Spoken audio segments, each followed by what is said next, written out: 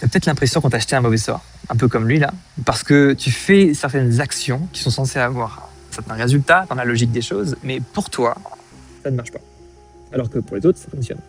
Non, c'est pas qu'on t'a acheté un mauvais sort, c'est que tu es déconnecté de ce qui est vraiment aux commandes des conséquences de tes actions. Ton corps.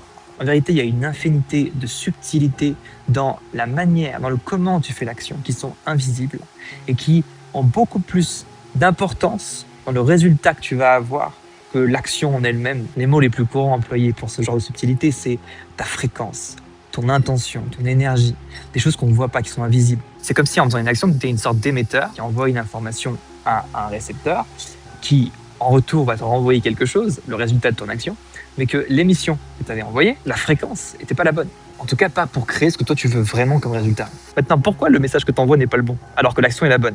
Parce que ton corps, il a des plans qui ne sont pas forcément ceux de ta tête. Ton corps, il a une vision de ce que la réalité peut être pour toi, qui est la sienne. Et si tu penses que tu peux contrôler ça avec ta tête, tu te trompes. Alors ici, je différencie la tête du corps, mais en fin de compte, c'est la même chose.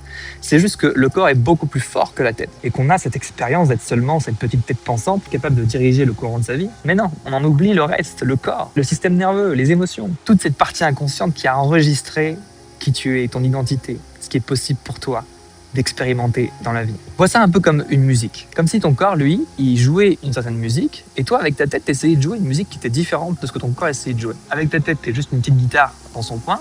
Ton corps, lui, c'est tout un orchestre. Ce que ton corps joue, ses plans à lui, ça gagne toujours. En réalité, il faut apprendre à parler le langage du corps. Il faut arriver à l'écouter. Il faut arriver à comprendre ce que lui veut dire, où il en est, quel genre de musique il joue.